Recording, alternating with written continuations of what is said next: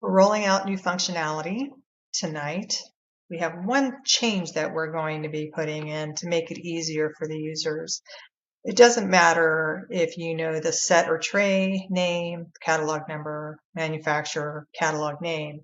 You'll be able to enter in that information and just hit enter or click search. Now, the field right now, because we're in the dev environment, is located down here because this is where we're testing. Tonight, when it rolls out into production, this field will be placed right in front of this search button.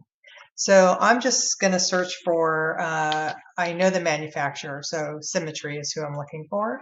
And I'm just going to click on search. And this 504566 is the item I want. Simply click on that and it displays. Next thing I'm going to do is click on my manufacturer IFU tab, which displays the IFU in the next window. Super simple. IFU still displays in the next tab. We're just wanting to make it easier for you and your staff to be able to search for any portion of that field. Again, it doesn't matter if I know the description. If I start typing that in, it will display, and then I just select the one I want, and then the item will display in the next window. There you have it. Please feel free to reach out if you have any questions.